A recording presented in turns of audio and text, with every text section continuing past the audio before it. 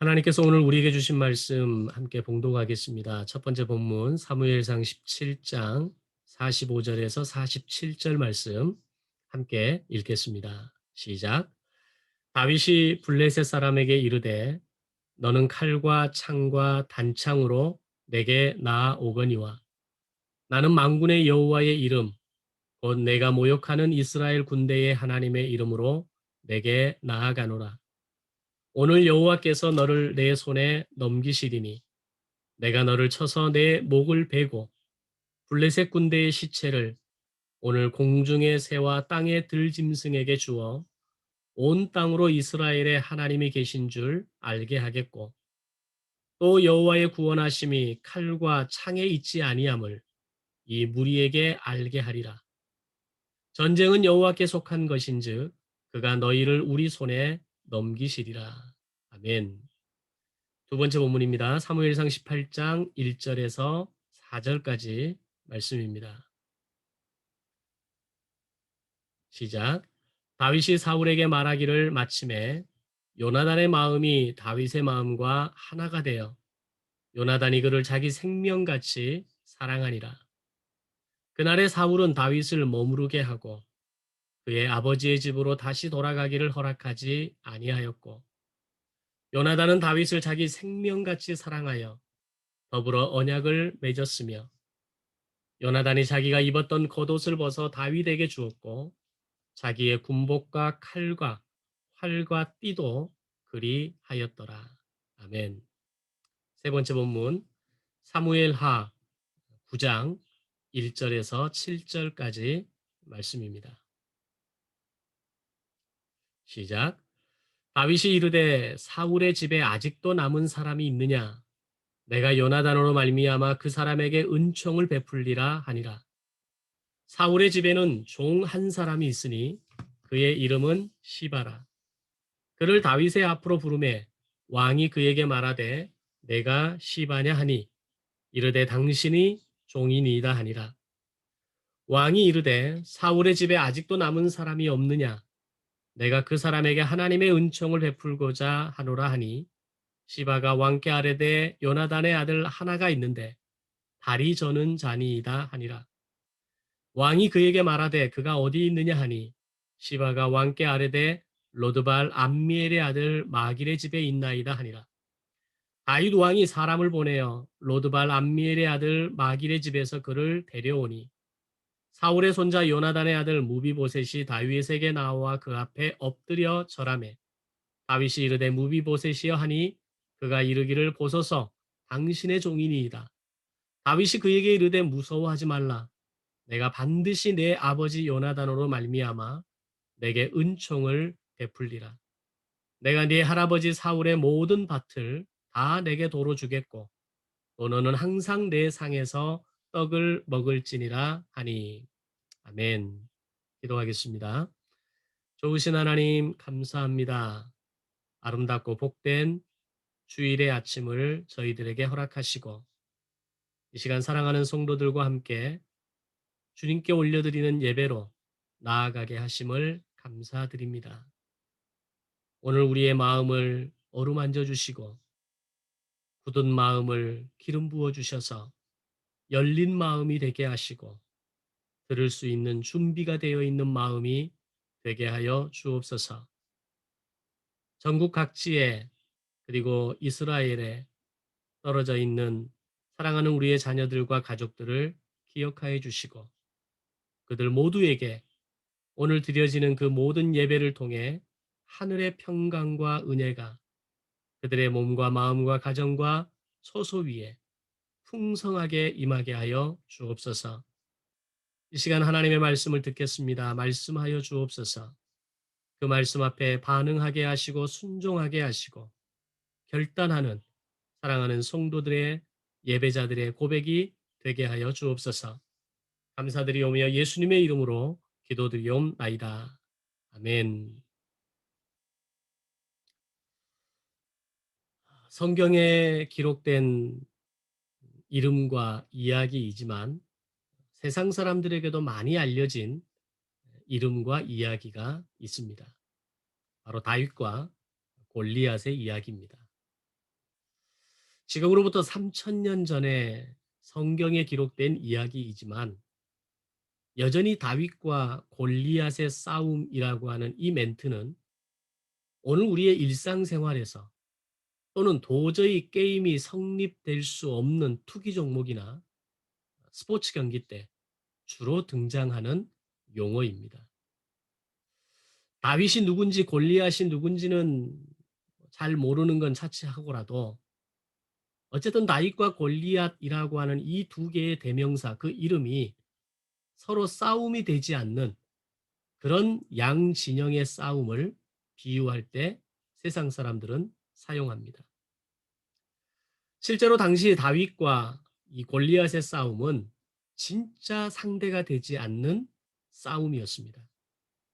그런데 절대로 이길 수 없을 것 같았던 이 싸움에서 다윗이 물맷돌 하나로 골리앗을 완벽하게 쓰러뜨리는 이야기가 완성됩니다.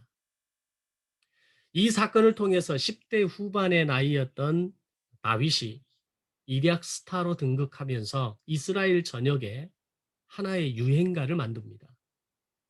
그것은 사울은 천천히요, 다윗은 만만이다 라고 하는 유행가였고 많은 사람들이 이 노래를 부르고 저 이스라엘 전역에 이 노래가 흘러가게 됩니다.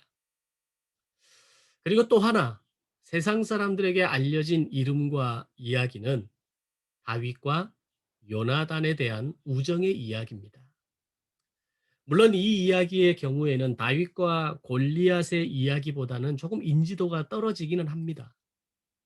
그러나 적어도 신앙생활을 조금이라도 해본 적이 있는 사람들은 누구나 쉽게 한 번쯤은 이 다윗과 요나단 두 사람의 이름을 함께 거론해서 부르는 이야기를 들어본 기억들이 다 가지고 있습니다.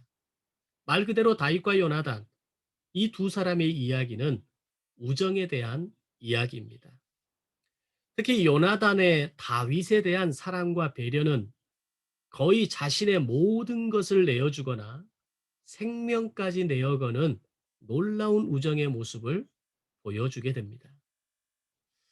그런데 이 두 사람이 보여주는 이 깊은 우정과 사랑의 모습을 설명하기에는 사실 이 두 사람을 연결할 수 있는 고리를 성경에서 쉽게 찾아볼 수 없습니다. 도대체 어떤 사건이 있었길래 요나단이 다윗에 대해서 자신의 모든 것을 내어주는 그 마지막 결단까지 할 수 있었는가라고 하는 겁니다. 실제로 그들은 전혀 어울리거나 또는 함께 할 수 있는 만남을 가질 수 있는 그런 부류와 계층의 사람이 아니었기 때문입니다. 먼저 요나단은 이스라엘이 첫 번째 왕정 시대를 시작하면서 12지파에서 추천된 사람들 가운데 12,000대 1의 경쟁률을 뚫고 세워진 이스라엘의 초대 왕이었던 사울의 아들입니다. 즉 요나단의 신분은 왕자였다는 겁니다. 거기에 비해 다윗은 2세의 막내 아들로 태어난 사람으로 베들레헴 들판에서 양을 치는 목자에 불과했습니다. 한 사람은 왕자였고 한 사람은 목자의 신분이었다는 겁니다. 과연 이 두 사람이 언제 어디에서 어떻게 만날 수 있는 기회가 있었겠습니까? 물론 다윗의 아버지 이새가 그 어느 아버지와도 비교할 수 없을 만큼의 월등한 소위 킹메이커였습니다. 그의 아들들을 전부 다 100% 왕감으로 키워낸 능력자였지만 분명한 것은 그저 평범한 집안의 양을 치는 목동의 신분이었다라고 하는 이 전제는 벗어날 수 없는 겁니다. 그렇게 보면 요나단과 다윗, 이 다윗과 요나단 두 사람 사이에서 그들을 연결해주는 고리를 찾는다는 것은 사실상 불가능합니다. 그리고 실제로 요나단은 다윗보다 훨씬 나이가 많은 청년의 시기였다라고 추측해 볼 수 있습니다. 그렇다면 요나단의 다윗에 대한 이 우정과 사랑이 언제부터였는가를 살펴보면 그들이 처음 만난 곳은 바로 블레셋과의 전투가 벌어지는 엘라 골짜기라는 곳이었습니다. 사무엘 이후에 이스라엘과 블레셋과의 긴장 관계가 계속되면서 이스라엘과 블레셋의 전쟁은 지속적으로 반복되어집니다. 이후의 이야기이지만 사울이 마지막 죽음을 맞이했던 것도, 그리고 사울의 세 아들이 한 번의 죽음을 맞이했던 것도 사실은 블레셋과의 전투입니다. 그렇게 보면 사울의 인생에 있어서 블레셋은 마지막 죽음의 직전까지, 죽음의 상황까지 가는 동안 영원한 숙적의 관계가 바로 이스라엘과 블레셋, 사울과 블레셋과의 관계였다는 겁니다. 자, 그런데 이번에는 블레셋이 순식간에 예루살렘의 턱 밑이라고 할 수 있는 엘라 골짜기까지 깊숙이 쳐들어온 상태였습니다. 이런 상황에서 사울은 그저 궁에 머물면서 전쟁의 추이를 관망만 하고 있을 수는 없었습니다. 이 엘라 골짜기만 지나면 바로 헤브론 골짜기를 지나서 예루살렘으로 연결되어지는 길목이었기 때문입니다. 그런데 사울이 직접 전쟁에 참여하기는 했지만 이미 예전에 그 훌륭하고 용맹했던 사울이 더 이상 아니었습니다. 그 증거가 블레셋 장수 골리앗이 40일 동안 이스라엘과 하나님을 조롱하는 가운데에서도 아무런 힘을 쓰지 못하고 그저 다른 누군가가 나가서 이 상황을 해결해 주기만을 바라는 마음뿐이었다는 겁니다. 바로 그때 다윗이 직접 전쟁에 참여할 수 없는 나이였지만 어떤 이유에 의해서 이스라엘과 블레셋이 서로 대치하고 있는 이 엘라 골짜기로 오게 되는데, 바로 그때 이 골리앗의 이스라엘과 하나님에 대한 조롱을 보게 됩니다. 다윗은 즉각적으로 자신이 나가서 골리앗을 싸우겠노라고, 골리앗에 맞서 싸우겠노라고 왕 앞으로 나아갔고, 이전에 사자와 곰과 싸워서 이기는 데 사용했던 물매를 가지고 나아가서 골리앗을 일격에 쓰러뜨리는 승리를 거두게 됩니다. 바로 이때가 요나단과 다윗과 요나단의 첫 번째 만남의 자리였습니다. 그렇다면 이 첫 번째 만남에서 과연 다윗의 어떤 모습이 요나단의 가슴에 깊이 박혔길래 자신이 장차 오르게 될 왕위를 기꺼이 다윗에게 양보할 수 있는 마음이 들었는가라고 하는 것입니다. 그것은 바로 이 골리앗 앞에 선 다윗의 선포와 말에 있었습니다. 물론 다윗이 기가 막히게 정확하고 파괴적인 물매를 던지는 솜씨와 일격에 골리앗이 쓰러지는 것도 놀라움이었겠지만, 진짜 요나단이 놀란 것은 바로 다윗의 말이었다는 겁니다. 오늘 첫 번째 본문에 보면 다윗이 골리앗에 대해서 말하기를, 너는 칼과 창과 단창으로 내게 나아오지만 나는 만군의 여호와의 이름 곧 네가 모욕하는 이스라엘 군대의 이름으로 네가 내게 나아간다라는 선포였습니다. 바로 여기에서 요나단은 다윗에게 마음을 빼앗겨 버린 겁니다. 그리고 이어지는 다윗의 탁월한 어록은 그 여호와의 구원하심이 칼과 창에 있지 아니하고 전쟁은 여호와께 속한 것이라는 선포를 하게 됩니다. 이게 뭐가 대단한 겁니까? 라고 말할 수도 있을 겁니다. 그런데 한 가지 생각해 볼 것은, 지금 다윗은 청소년의 나이였습니다. 아직 새파랗게 어린 이 소년의 입에서 나오는 단어가 전쟁이라는 것도 놀랍지만, 전쟁이 여호와께 속한 것이라는 고백은 그야말로 놀라운 선포였다는 겁니다. 그것은 그저 하루아침에 갑작스럽게 어떤 상황이 닥쳤을 때 자연스럽게 나올 수 있는 이야기가 아니라는 겁니다. 동네에서 전쟁 놀이하는 그런 분위기와는 차원이 다른 전쟁이었고, 지금 자신의 앞에는 2m 70cm의 거인이 떡하니 서 있는 겁니다.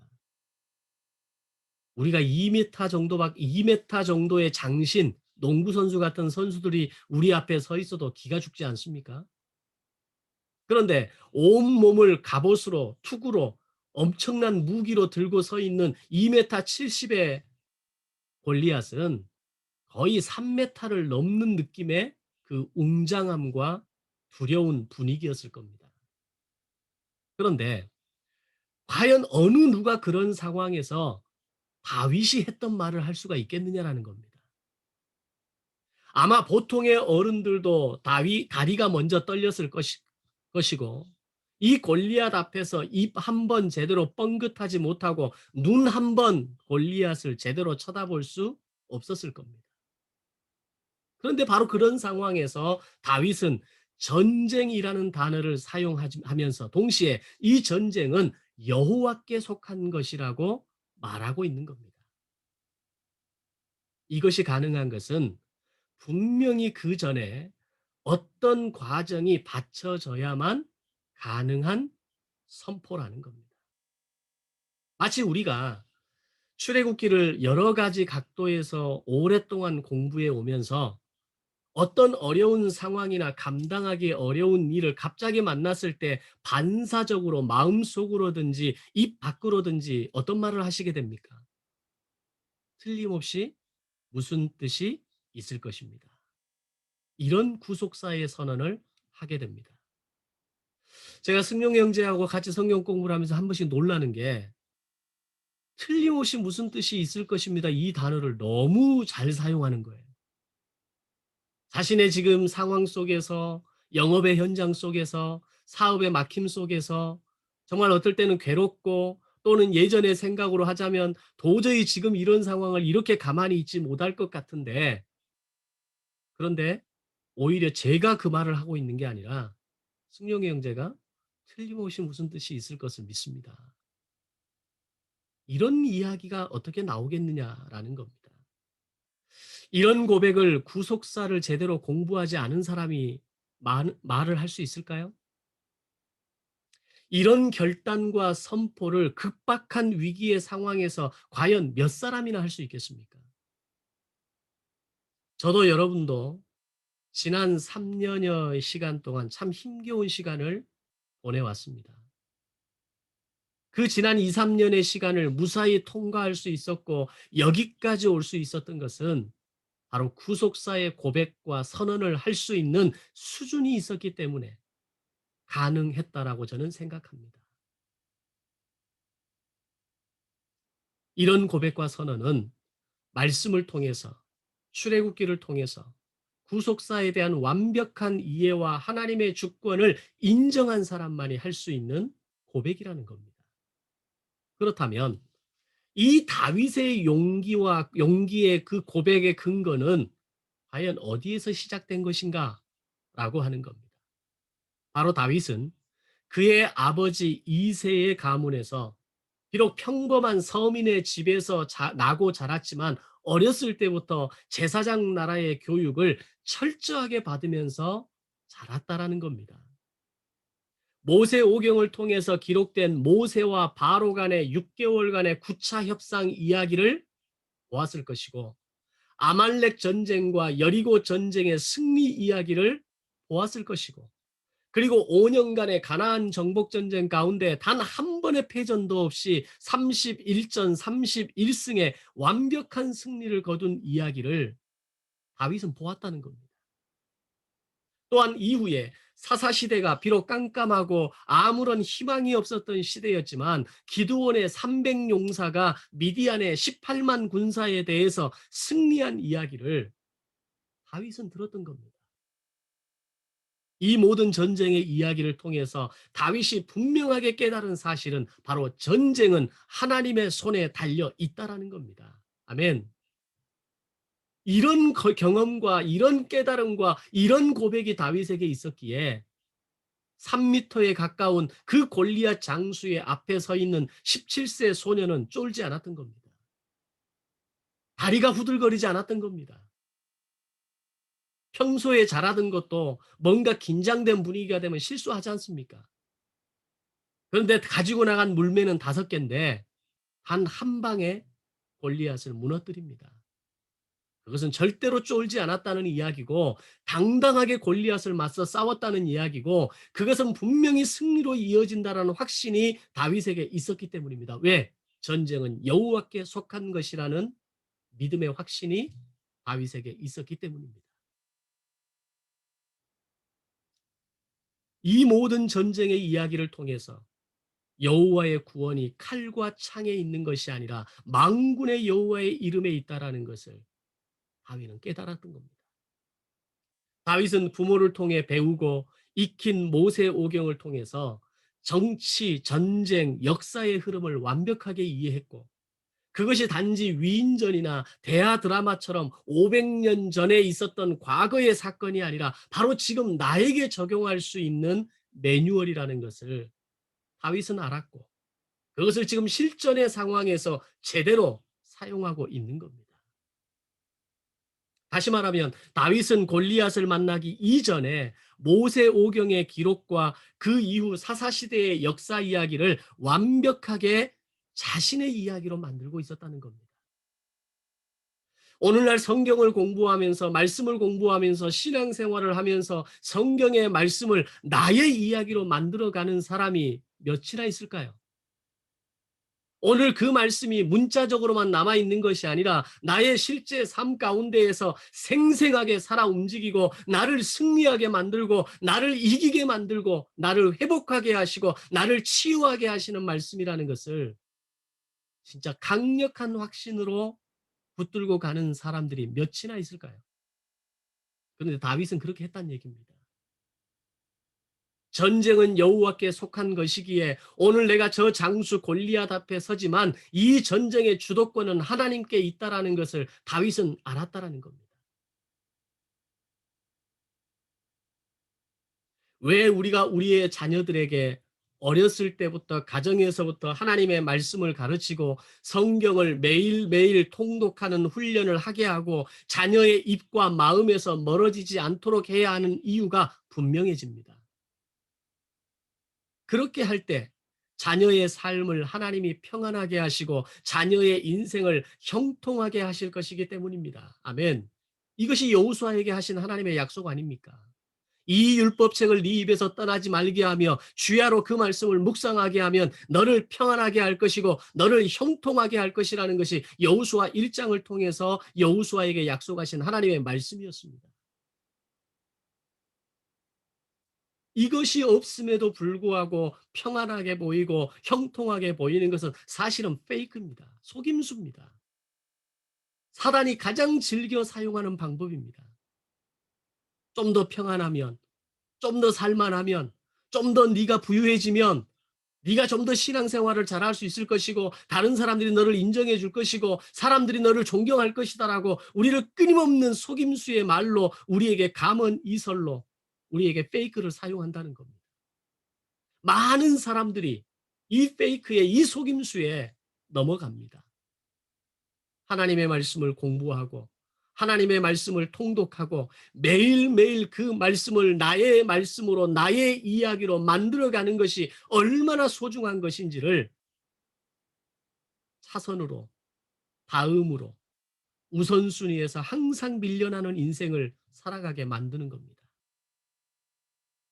그러면서 마치 세상의 평안과 부요함이 우리를 진정으로 부유하고 행복하게 하게 해줄 것이라고 우리를 속이고 있다라는 겁니다. 자, 다시 본론으로 돌아와서 바로 요나단은 이 시점에서 자기보다 어린 다윗에게 자신의 마음을 완전히 빼앗겨 버립니다. 아마도 다윗의 모습을 통해서 과거 하나님께 전심의 마음을 가지고 있었던 자신의 모습을 재발견했을 것이고 그것이 아마 너무 기뻤을 겁니다. 그런 요나단의 마음을 정확하게 표현하고 있는 본문이 바로 오늘 두 번째 본문 말씀입니다. 다윗이 사울에게 말하기를 마침에 요나단의 마음이 다윗의 마음과 하나가 되었고 요나단이 그를 자기 생명같이 사랑했다라고 말합니다. 다윗이 제사장 나라를 완벽하게 이해하고 있다는 것도 놀랍고 하나님께서 제사장 나라를 경영해 가신다는 것을 그의 삶을 통해 보여주는 그 다윗의 모습에 요나단의 마음이 정해져 버린 겁니다. 오늘 여러분의 주변에 이런 믿음의 동역자들이 많이 세워지시기를 바랍니다. 그것은 동시에 여러분 자신이 제사장 나라를 이해하고 하나님이 직접 나의 인생을 경영해 가신다라는 것을 확신하는 사람으로 서는 것을 전제하는 겁니다. 우리가 함께 만나는 사람이, 지금 얼굴을 대하고 마주보는 이 화면 속의 사람이 그런 분명한 믿음의 확신과 말씀의 경영과 승리의 삶을 살아간다면 이 공동체가 얼마나 아름다운 공동체가 되겠습니까? 이 공동체가 얼마나 소망 있는 공동체가 되겠습니까? 요나단은 다윗에게 그걸 봐버린 겁니다. 자기 아버지에게는 늘 실망스럽고 그렇게 탐욕스럽게 바뀌어져 가는 아버지를 바라보면서 어느덧 자기도 매너리즘에 빠졌을 것이고 어느덧 과거의 그 뜨거웠던 신앙, 뜨거웠던 제사장 나라의 그 시민으로서의 삶을 요나단도 놓쳐버리지 않았을까요? 그러니까 사울과 같이 골리앗의 전쟁에 나갔지만 골리앗에 맞서 싸워서 나가서 골리앗을 쓰러뜨리지 못한 겁니다. 그저 지켜보는 한 사람에 불과했던 겁니다. 근데 다윗을 보니까 10대 소년의 그 모습 속에 하나님이 계신 겁니다. 10대 소년의 그 고백 속에 하나님의 역사가 있고 하나님의 주권이 있고 전쟁의 주권을 가지신 하나님의 그 놀라운 섭리가 보였던 겁니다. 이어지는 요나단의 모습은 3절 4절 말씀에서 요나단은 다윗을 자기 생명같이 사랑하여 언약을 맺었고 자신의 겉옷과 군복과 칼과 활과 띠를 넘겨주었다라고 표현합니다. 이것은 무엇을 의미하는 행동일까요? 다윗, 네가 진정한 차기의 왕이라는 것을 인정하는 암시적인 행동입니다. 그림자적인 행동입니다. 이걸 드라마에서는 복선이라고 이야기하죠. 요나단은 알았던 겁니다. 다윗이 평범하지 않은 사람이란 걸 안 거죠. 다윗에 대한 틀림없이 하나님의 어떤 놀라운 뜻이 있을 것이라는 것을 요나단은 안 겁니다. 시간이 지나면서 요나단은 그것을 더 분명하게 깨달았을 겁니다. 요나단은 진짜 사람의 마음을 들여다볼 수 있는 힘을 가진 사람이었고 그의 아버지 사울과는 달리 제사장 나라의 매뉴얼을 완벽하게 이해했기에 그것을 지키고 살아내는 다윗을 바라보면서 다윗의 왕권을, 다윗의 권위를, 다윗의 위엄을 인정할 수밖에 없었던 겁니다. 우리가 누군가 진정한 스승을 만날 때 무릎을 꿇지 않습니까? 정말 말씀의 권위자를 만날 때 그 말씀에 그 뜨거운 열정을 가진 사람을 만날 때 저는 무릎을 꿇습니다. 그리고 그분들을 저는 존경합니다. 그분들을 닮아가기 위해서 그분들을 따라가기 위해서 포스트 그분의 사람의 이름을 내가 얻기 위해서 최선을 다합니다. 요나단은 다윗에게 그런 놀라운 도전을 받았던 겁니다. 문제는 이후로 사울의 권력에 대한 위기감이 고조되면서 사울의 다윗을 향한 강한 견제 드라이브가 들어갑니다. 이후 끊임없는 암살 시도가 이루어지게 되고 수천 명을 거느리고 다윗 한 사람을 잡기 위한 토벌 작전을 펼치기까지 합니다. 왜 그렇게 하겠습니까? 요나단이 보고 있는 걸 사울이 보지 못했기 때문입니다. 요나단은 다윗의 진면목을 보았지만 사울은 위기감만 보았기 때문입니다. 요나단은 하나님께서 국가를 경영해 가심을 보았지만 사울은 골리앗을 무너뜨린 다윗만을 보았고 사울은 천천히요 다윗은 만만이라는 이 노래만 들었던 겁니다. 중심이 없는 인생은 자기가 보고 싶은 것만 보고 듣고 싶은 것만 듣는다는 걸 아십니까? 자꾸 내 마음이 이리 갔다 저리 갔다 왔다 갔다 흔들리는 사람들은 내가 중심이 없다라는 걸 알아야 됩니다. 중심이 없는 사람은 내 눈에 보여지는 게 다입니다. 중심이 없는 사람은 내 귀에 들려지는 게 다입니다. 그때부터는 위기가 다가오는 겁니다. 사울이 그런 모습을 우리에게 보여주고 있는 겁니다. 이후 요나단은 다윗을 지키고 보호하기 위해서 사울을 정말 간절하게 설득하기도 합니다. 사울이 질투와 시기로 다윗을 죽이려 할 때 요나단은 적극적으로 아버지 사울에게 나아가서 간절하게 요청함으로 잠깐이지만 사울의 마음을 돌이키는 때도 있었습니다. 그러나 그게 오래 가겠습니까? 마음속에 위기와 두려움과 탐욕과 시기와 질투로 가득한 사람에게 그 마음이 어떻게 조절되고 어떻게 경영되겠습니까? 결국 끝까지 다윗을 죽이려 하는 이 아버지의 마음을 간파한 요나단은 마지막으로 다윗을 도망하게 하면서 다윗과 깊은 언약을 맺게 됩니다. 사무엘상 20장 42절 말씀에서 이렇게 말합니다. 요나단이 다윗에게 이르되 평안히 가라. 우리 두 사람이 여호와의 이름으로 맹세하여 이르기를 여호와께서 영원히 너와 나 사이에 계시고 내 자손과 네 자손 사이에 계시리라 하셨느니라 하니 다윗은 일어나 떠나고 요나단은 성읍으로 돌아가니라. 아멘. 여호와께서 영원히 나와 너 사이에 계시고 내 자손과 네 자손 사이에 계실 것이라는 약속이었습니다. 그것은 또 다른 의미에서 다윗 네가 왕이 되었을 때에 나의 집을 좀 잘 봐달라. 내 자손을 좀 잘 봐달라라는 부탁이기도 했습니다.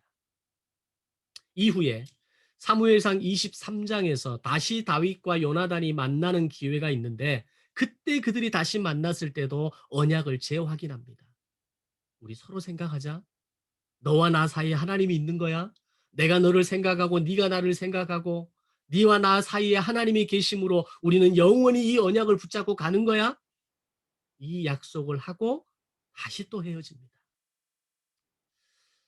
참 어떻게 보면 요나단은 정말 쉽게 갈 수 있는 길을 어렵게 가고 있습니다. 두 눈 딱 감고 아버지 사울을 따라서 자신의 마음을 분명하게 정하기만 하면 아버지가 알아서 다윗을 죽여줄 것이고 다 자신은 저절로 왕이 되면 그만입니다.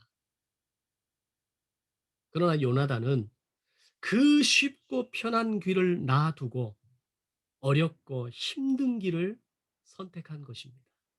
왜 그렇습니까? 하나님의 뜻이 어디에 있고 하나님이 누구이신가를 요나단은 알아있기 때문입니다. 오늘 우리가 우리의 인생을 함부로 살 수 없는 이유가 뭡니까? 보이지 않는 하나님은 내 눈앞에 계시지도 않는데 나만 알고 넘어가면 다 그냥 그냥 넘어갈 수 있는 이야기인데 우리가 쉽고 편한 길을 선택하지 않는 이유가 뭡니까? 하나님이 나를 기대하시는 게 뭔지 알기 때문입니다. 하나님이 나를 향해 기대하시고 하나님이 나를 향해 기다리시는 것이 무엇인지를 알기 때문에 우리는 어렵고 힘든 길을 때로는 선택하는 겁니다. 우리 인생을 살아가다 보면 쉽게 갈 수 있는 길이 얼마든지 있다는 것을 알지 않습니까? 저는 보이더라고요. 내 성질 좀 죽이고, 내 자존심, 내 자존감 좀 죽이고, 쉬운 길 선택하면 그래 좀 쉽게 갈 수 있는 것 아닌가? 라는 게 느껴집니다. 보여집니다. 편하게 갈 수 있는 길이 있습니다. 그러나 그 길을 가지 않는 이유가 뭡니까? 오늘 하나님이 나를 향해 가지고 기대하시는 길과 방법과 목적이 다르기 때문입니다. 아멘. 다시 시간이 흘러서 요나단은 블레셋과의 길보아 전투에서 결국 전사합니다. 앞에서 말씀드린 것처럼 요나단의 죽음에 대한 소식을 들었을 때 다윗은 진심으로 가슴 아파하면서 슬피 울며 금식했다라고 성경은 기록합니다.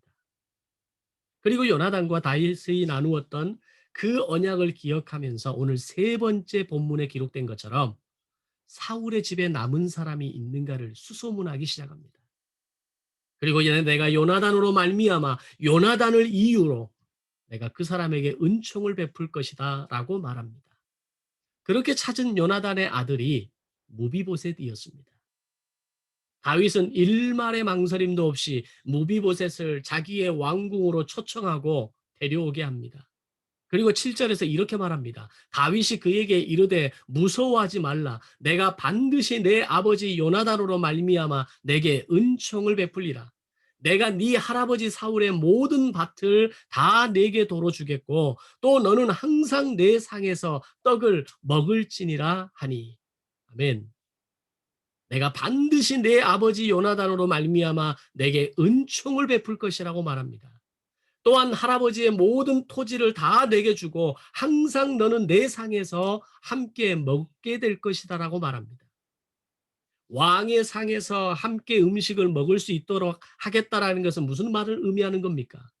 그 어느 누구도 무비보셋을 함부로 건들 수 없다라는 선언이었습니다. 내가 무비보셋의 보호자다. 내가 무비보셋을 지켜보고 있다. 너희는 절대로 손대지 말아라. 왜 그렇습니까? 모비보셋은 사실은 그 이전에 사울의 직계 자녀 아닙니까? 그러면 우리나라의 우리 이 조선의 역사에 살펴보듯이 끊임없이 왕통의 그 피를 이어받은 사람을 다음 차기 왕권으로 이어받기 위해서 암투가 벌어지는 것이 황실입니다. 그러면 다윗에 대한 불만이 늘어날 때 다윗을 해하고자 할 때 가장 좋은 빌미가 누구겠습니까? 무비보셋이죠. 무비보셋은 왕의 적통입니다. 다윗은 목동의 목자의 후손입니다. 그럼 누가 왕이겠습니까?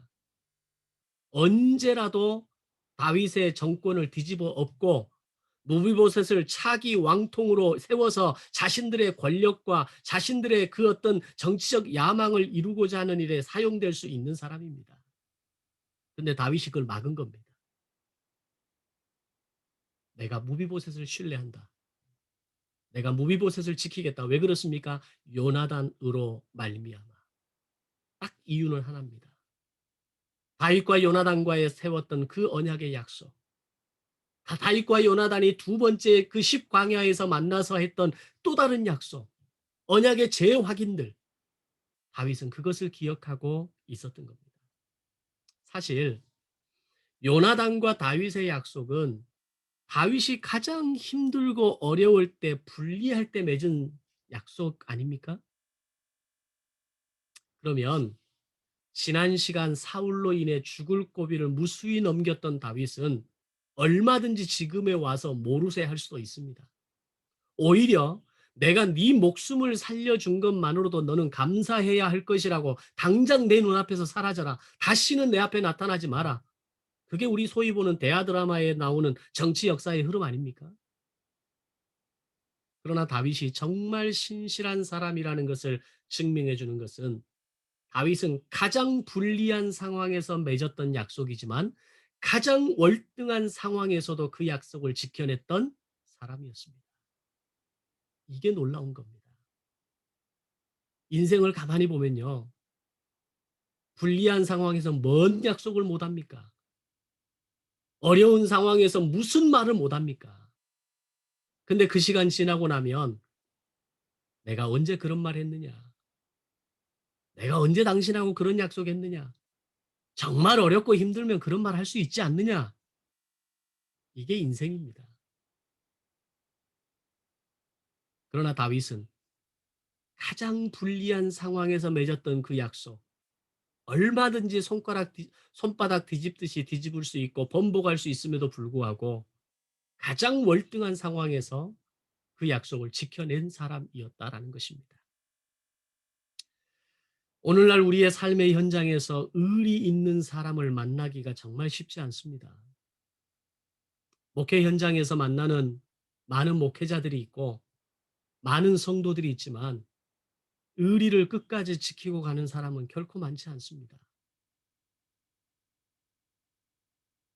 근데 다윗은 그 의리를 지켜내는 겁니다. 말씀을 마무리하면서 통으로 보는 성경을 통해 발견할 수 있는 또 하나 중요한 사실이 있습니다. 다윗은 유다 지파 사람이었고 요나단은 베냐민 지파 사람입니다. 수백 년 전, 이 다윗과 요나단의 이 시점으로 수백 년 전, 야곱의 두 아들 유다와 베냐민은 아버지 야곱의 미숙함과 자식에 대한 편애로 인해서 12형제의 마음이 갈갈이 찢겨지고 나뉘어졌을 때 그렇게 해서 희생된 게 요셉 아닙니까? 근데 약 10여 년이 지나고 나서 유다 형이 동생 베냐민을 위해서 내가 대신 종으로 남겠다라고 요셉 앞에서 말하는 것을 통해서 월등한 형제애를 보여주게 됩니다. 그리고 오늘 유다 지파 다윗과 베냐민 지파 요나단이 함께 언약을 맺고 사울로 인한 권력 투쟁의 갈등을 뛰어넘어서 진정한 우정을 보여줍니다. 그리고 솔로몬 이후에 한민족 두 국가로 분열될 때 유다 지파와 베냐민 지파만이 함께 남유다를 이루고 나머지 열 지파들은 북이스라엘이라는 이름으로 다 떠나가고 맙니다. 그리고 더 놀라운 것은 다시 오랜 세월 천년의 시간이 지나서 베냐민 지파였던 사도 바울이 유다 지파의 자손으로 오신 예수 그리스도를 위해서 땅 끝까지 목숨을 걸고 복음을 전하고 사랑하는 이야기로 이어지게 됩니다. 놀랍지 않습니까? 다윗과 요나단의 언약은 3000년 전에 있었던 일회적인 이벤트적인 사건이 아니라 구약에서 신약으로, 신약에서 영원으로 이어지는 언약의 그림자였던 겁니다. 사랑하는 성도 여러분, 다윗과 요나단의 이야기를 우정 이야기로만 생각하십니까? 다윗과 요나단의 이야기를 한 남자와 한 남자가 그 깊은 마음을 주고받는 그런 영원한 언약의 우정의 이야기로만 생각하십니까? 나도 저런 친구 가졌으면 좋겠다. 나도 저런 친구가 있었으면 좋겠다. 그런데 다윗과 요나단을 통해서 우리에게 말씀하시는 하나님의 놀라운 큰 그림은 오늘 우리와 예수 그리스도와의 사이에서 맺어진 영원한 언약의 그림자인 겁니다. 그분이 우리를 끝까지 배신하지 않을 것이고 문제는 우리가 그분을 배신하지 않는 겁니다. 하나님 앞에 믿음의 의리를 지키고 믿음의 신의를 지키고 오늘 나에게 주어진 믿음의 자리, 예배의 자리, 성도의 자리에서 신실하게 살아가는 불리한 상황에서 맺은 약속일지라도 월등한 상황에까지도 지켜나갈 수 있는 그런 성도, 그런 목회자, 그런 저와 여러분이 되시기를 주님의 이름으로 축원합니다. 기도하겠습니다. 사랑의 아버지 하나님 감사합니다. 다윗과 요나단의 그 깊은 우정의 이야기가 오늘 나의 이야기가 되게 하시고 오늘 예수님을 향하여서 끝까지 의리와 신의를 지키며 믿음의 신실함을 더해가는 사랑하는 성도들의 결단과 고백이 되게 하여 주시옵소서. 숱하게 많은 사람들이 자신의 말에 책임을 지지 못하고 언제든지 손바닥 뒤집듯이 그렇게 불신의 삶으로 살아가는 것이 인생입니다. 그러나 하나님, 오늘 그리스도인으로서 오늘 나의 믿음의 약속, 믿음의 신실한 자리, 그 예배의 자리를 지키며 하나님의 의리를 지키며 나아가는 거룩한 시민, 제사장 나라의 거룩한 백성이 되게 하여 주옵소서. 감사드리오며 예수님의 이름으로 기도드리옵나이다. 아멘.